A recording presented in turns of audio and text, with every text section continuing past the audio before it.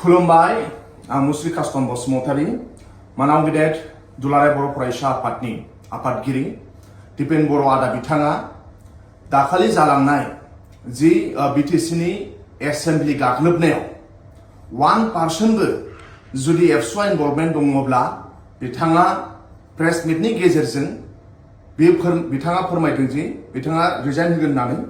आरो बिथांनि जि प्रेस मिट आं बेखौ खिन्थाना लाग्रोनि नै बियो बे खोथाखौ जों स्पष्टयै बुङो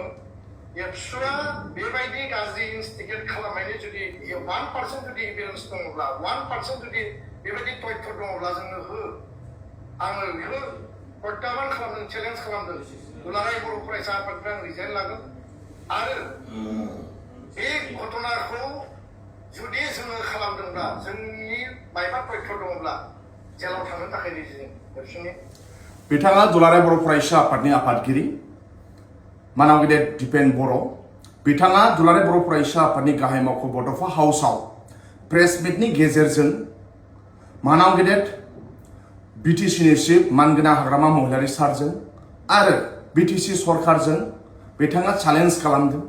आरो बिथाङा फोरमायदों जे दाखालि बावै जे बिटिसिनि एसेम्बलि गाग्लोबनाय जोंनि लाइमोन फरायसाफोरा बेयाव 1% बो जुदि एबसुआ इनभल्भमेन्ट दङब्ला बिथाङा रेजिगनेसन होगोन होननानै गावनो दुलाराय बर' फरायसा आफादनि गाहाय मावख' बड'फा हाउसआव प्रेस मिट होदों। दा आङो नैबेयो दाखालि बावै जे फरायसाफोरा first BTC entrance gate first गेटआव हाबनाय नैबेखौ जुम खालामनो थाखाय आं खावलायबाय दुलाराय बर' फरायसा आफादनि गोथार फिरफिलानै बे एसेम्बलिनि गाहायाव बेयो दुलाराय बर' फरायसा आफादनि गोथार फिरफिला नै बेयो मानगोनां क'क्राझारनि डिसि मेडाम फैनाय समाव आरो बावबो फरायसाफोरा दुलाराय बर' फरायसा आफादनि गोथार फिरफिलाखौ बाहायदों। दा आङो जोंनि केमेरामेनखौ जुम खालामनो थाखाय खावलायनाय थाबाय नै बेयावबो दुलाराय बर' फरायसा आफादनि गोथार फिरफिला बावबो दुलाराय बर' फरायसा आफादनि फिरफिला नै बेबो दुलाराय बर' फरायसा आफादनि फिरफिला दुलाराय बर' फरायसा आफादनि फिरफिलाखौ बिथांमोनहा बाहायनानै आरो दुलाराय बर' फरायसा आफादनि फिरफिलाजोंनो आरो दुलाराय बर' फरायसा आफादनि गोबां मावथिफोर दङ जेराव आं एग्जाम्पल होनानै बुंनो हायो नाथाय बेखौ बुंलायलायला। दा आं बुंनो लुबैनाय बिसो जि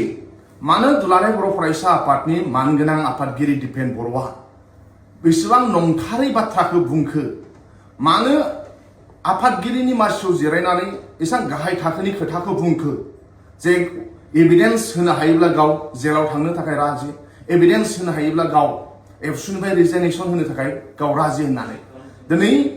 बिटिसिनि चिफ मानाव गेदेर हाग्रामा महिलारि सारजों बिटिसि सरकारजों दिनै दुलाराय बर' फरायसा आफादा मानो फेर फाथिदों मानाव गेदेर बिटिसिनि चिफ हाग्रामा महिलारि सारा सासे संग्रामि मानसि आरो बयनिफ्राय बांसिन बिथाङा सेक्रिफाइस खालामनानै जोंनो बिटिसि होफैबाय बर' भाषाखौ एसिडलाव सोबाय आरो बिथांनाव बयनिफ्राय बांसिन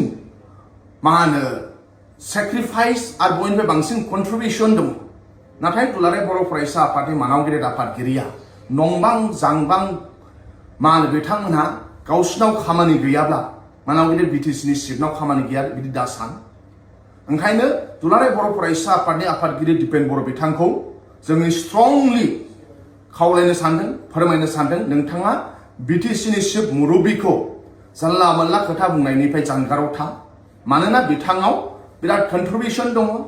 मानाव गेदेर बिटिसिनि चिफनाव बिराद कन्ट्रिबिउसन दं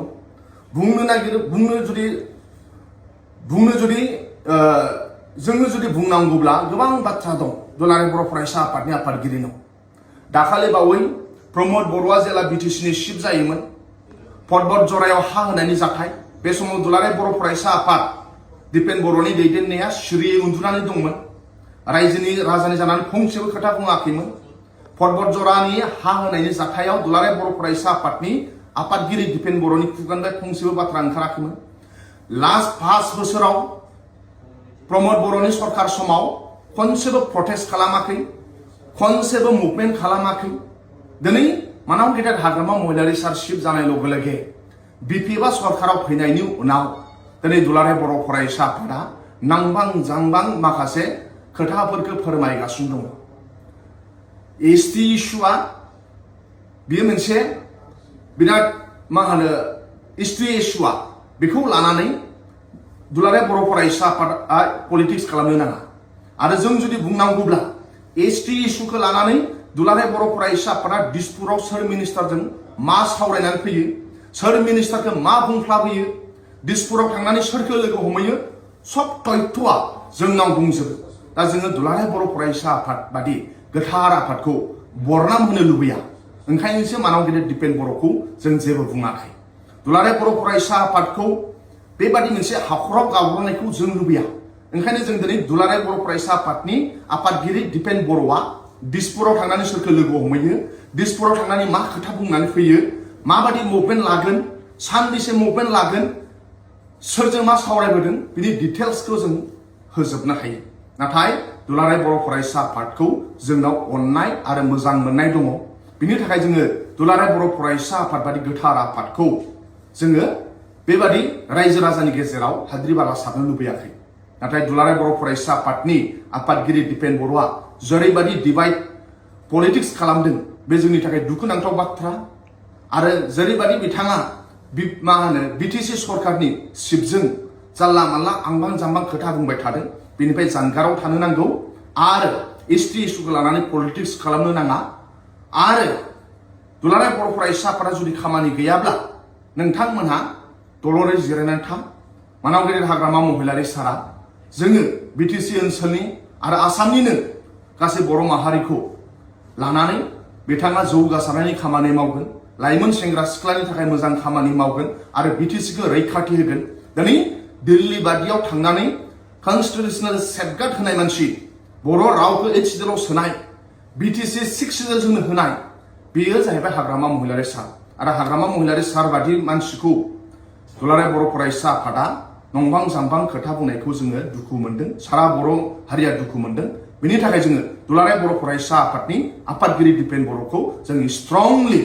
जानगाराव थानो थाखाय खावलायनाय थाबाय आरो एसे गोथौयै हाबबावनांगौब्ला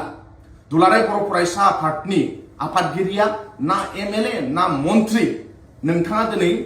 एमएलए मन्त्रि नङा गारा बेसेबां सम्पति खामायखौ नों बेसेबां सम्पति खामायखो बेखौबो जों डिटेल्स लाबोनो गोनां जागोन जोङो दुलाराय बर' फरायसा आफादखौ मान होयो सन्मान होयो बेनि थाखाय जों दिपेन बर'नि सायाव खोथा बुङाखै